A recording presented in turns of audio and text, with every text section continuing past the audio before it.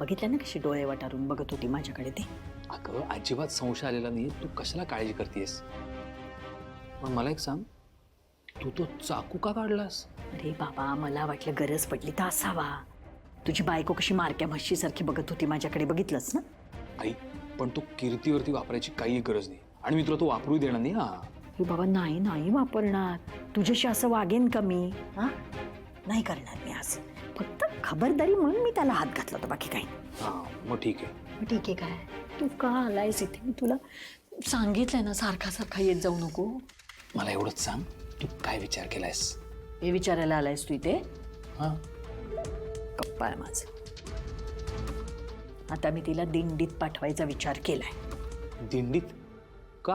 नाही, खूप प्रश्न पडलेत ना तिला. रॉकी असा अचानक का गेला? रॉकीचं झालं काय? रॉकी गेलाच कसा? या सगळ्या प्रश्नांची उत्तरं शोधायला तिकडे दिंडीतच पाठवते तिला. हां, मग थेट रॉकीकडेच पाठवते.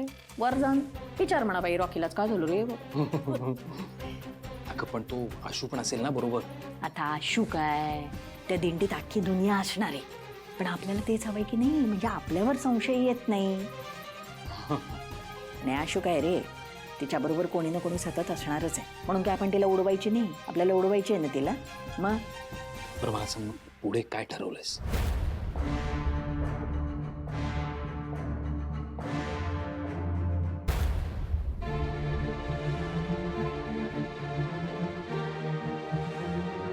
झालं काम दमाम.